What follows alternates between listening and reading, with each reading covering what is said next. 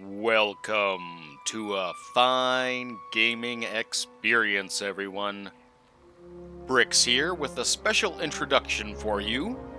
This is a little later scene in Iceborne I thought I'd spoil you with.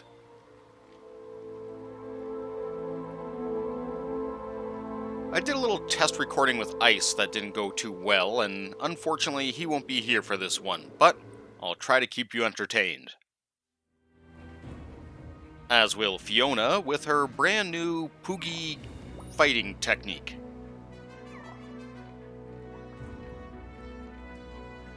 I think he approves.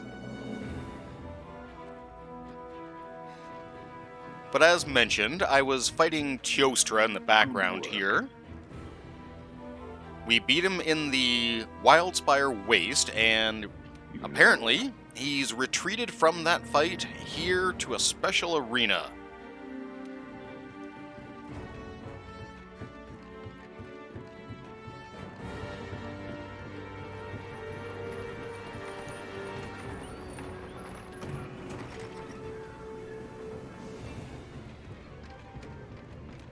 That's incredible. And interestingly, Teostra seems to have a habit of munching on gunpowder to heal itself up. Whenever it's really beat, it just goes and munches to recover. Ice was mentioning that there's so many natural things in the world that produce gunpowder-like things, it's probably a pretty refined version of what they would normally go for. They would just be out there eating explosive plants and frogs and whatnot.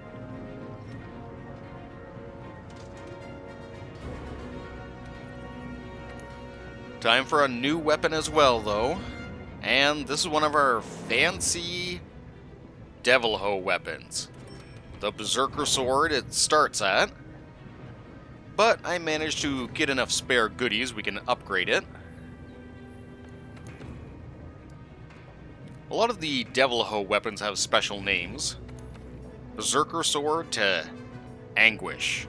And look at that, 1,104 attack power.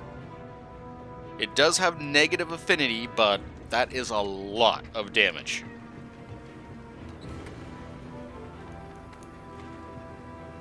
I'm also going to change up the color scheme to match our weapon. Figure a little dark red will go well.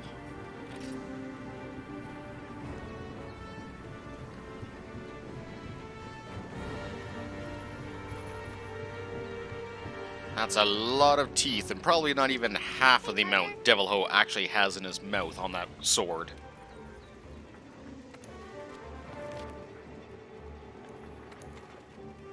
Pandora's Arena. Now, we have 15 minutes to beat this mission. So if you want, you can start your timer as soon as I go in here. You technically don't have to do anything to win this mission. You can just get the cutscene, come right back, and do nothing. It's a cheap way to win, and you really won't get anything for it. Plus, that's not very entertaining, so...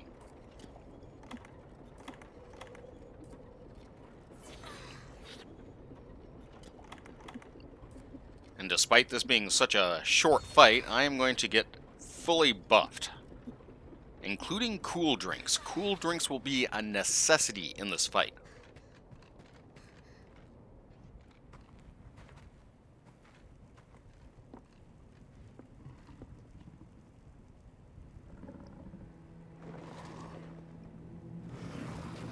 I do love this cutscene. Nergigante comes in for a wounded snack.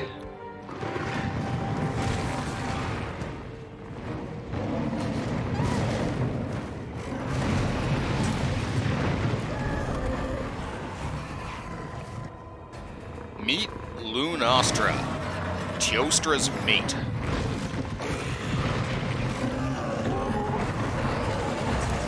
As you can see, they got some teamwork going on.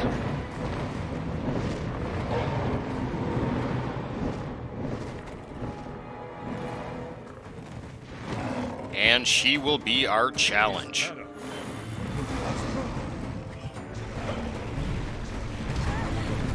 Now, this Lunastra is a little bit faster than the usual version. Her tail swipes are much, much faster. Lunastra's special gimmick is pretty similar to Teostra's, except she's a lot more fire-based than Blast. All these purple flames she's putting on the ground basically create a heat effect. If I don't have the cool drink, I will constantly be taking damage.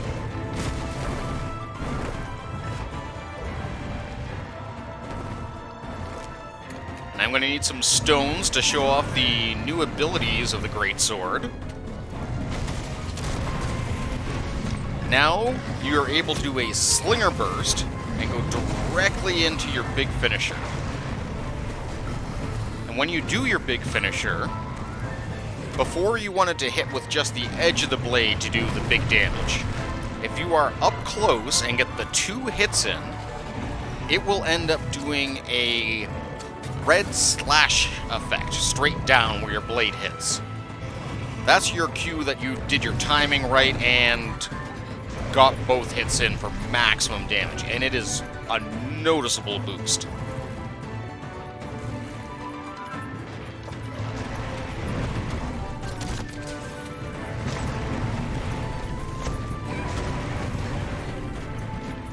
I haven't tested it myself, but apparently using a water weapon will let you extinguish those flames. I was also told that using a poison weapon will let you disable the aura on Lunastra whenever she gets poisoned.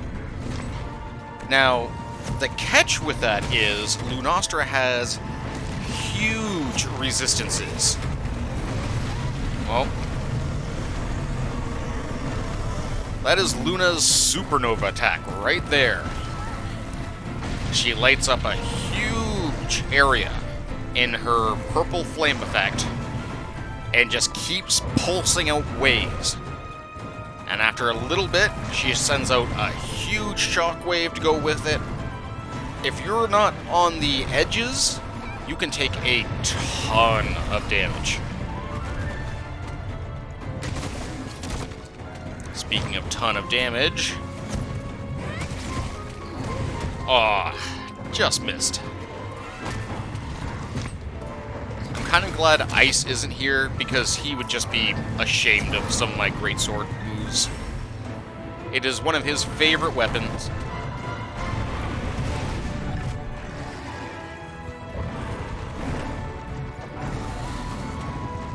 I must say, though, dodging all of Lunastra's attacks with such a slow weapon is not easy.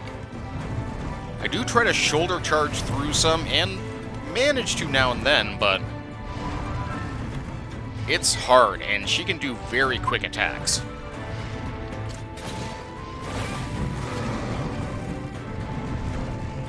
And as you notice, her roar is very strong. I do have some resistance to it, and Teostra's roar did pretty much nothing to me. Lunastra's, on the other hand, is completely stunning me and giving her enough time to do a follow-up attack.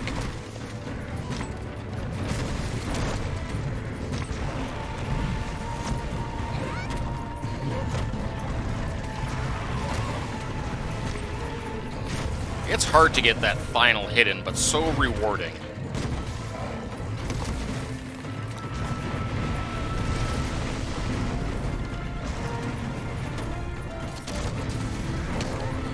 I have to say, too, having my Palico with the taunt abilities made this fight a lot easier.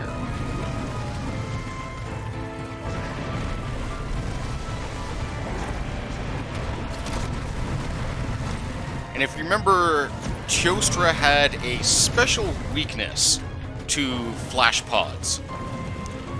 Lunastra is the opposite. If you use a flash pod on Lunastra and they have their big ability charged up, they will use the supernova. It's safe to use if they've just supernovaed or there hasn't been enough time to build up a proper charge when the fight first starts. But you are risking it.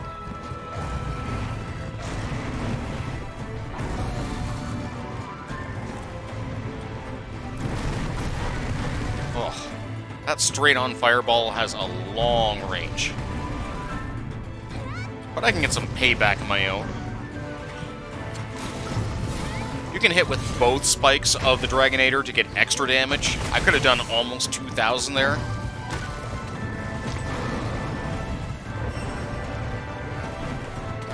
And that's another reason why you really shouldn't just run away from this fight and cower in the camp. There's all the extra weapons you can use in this area to get at least some easy damage on.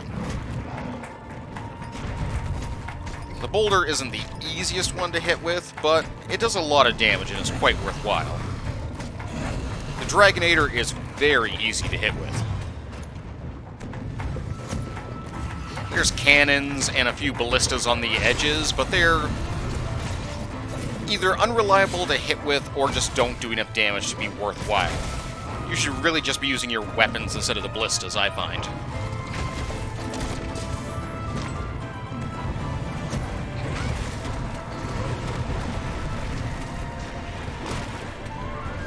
The amount of time she moves just out of my second swing is a little annoying. If I'm more practiced, I could be shoulder tackling to extend my big power-up attack. But at least the Slinger Burst is a lot quicker than doing a slow series of charge-ups. With how powerful Lunastra is, especially in this state, I wouldn't make it.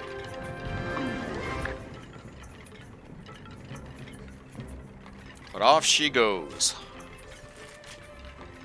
We'll be seeing her in the next episode, so don't think that's the end of it. I was quite fortunate to get the tail, though.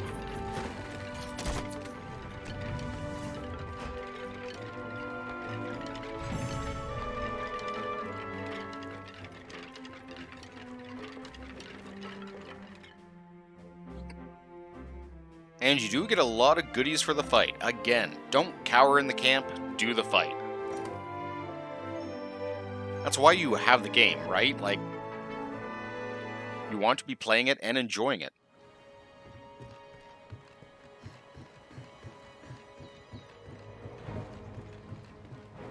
Impressive. He's quite happy now that we've beaten up her, but that is not the end of it, like I said. Now we'll have to deal with both of them together.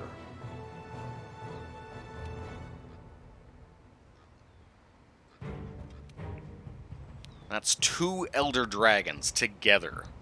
And these two work with each other. They will not have any turf wars at all. No remorse, no surrender.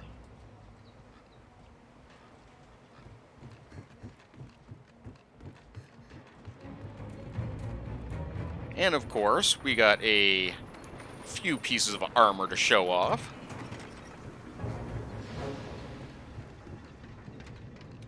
I wonder.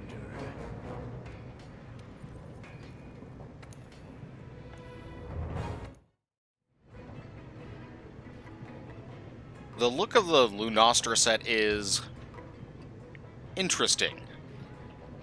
Again, it feels very Dark Souls-y. I don't know what the deal with that headpiece is supposed to be, but it looks unique. And then you get a weird little cap in the second version.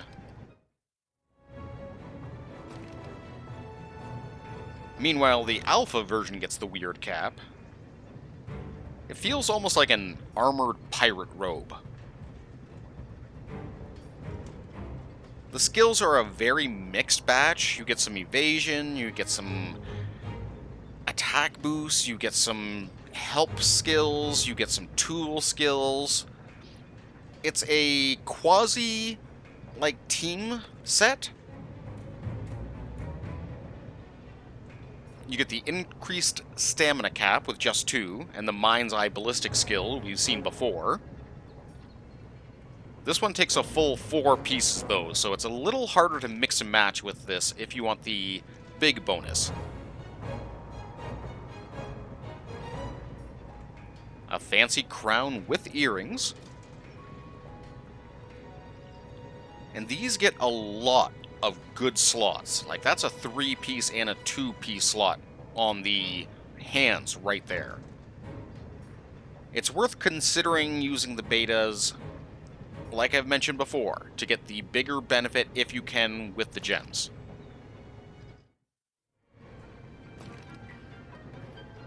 And we only saw the low-rank version of this.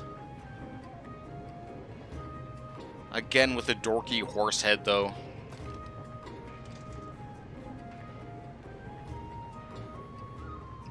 Are they, like, drying out Kieran's head and putting it on there? Like some taxidermy thing going on.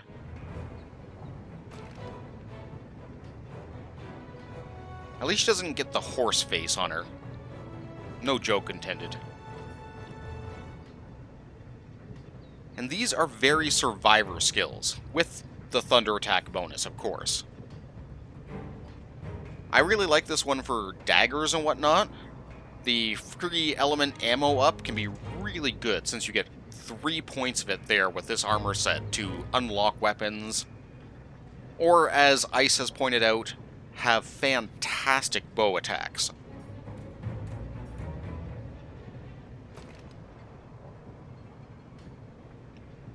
I don't know why, but that hair just seems like something out of Naruto or an anime. And again, worth considering some of these if you want to get the attack boost from Thunder or just the Divine Blessing, stuff like that. Some of these are very worthwhile, and the Capture Master isn't bad either.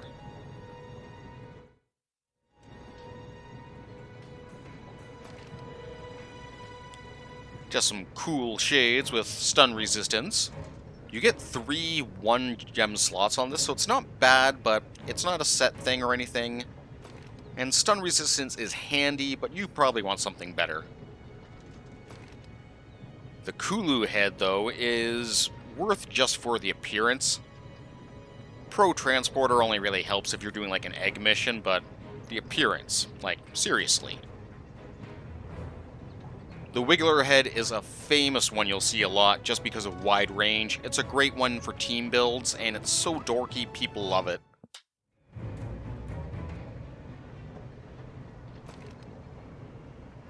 And another pretty princess one for our kitty. It looks like something out of Alice in Wonderland, I want to say. I don't know why.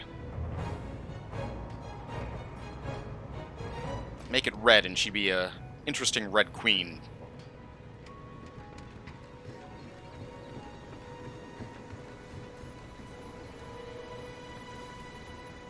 Well, I hope you enjoyed that quick fight, and look forward to the next one where we beat up 2 Elder Dragons.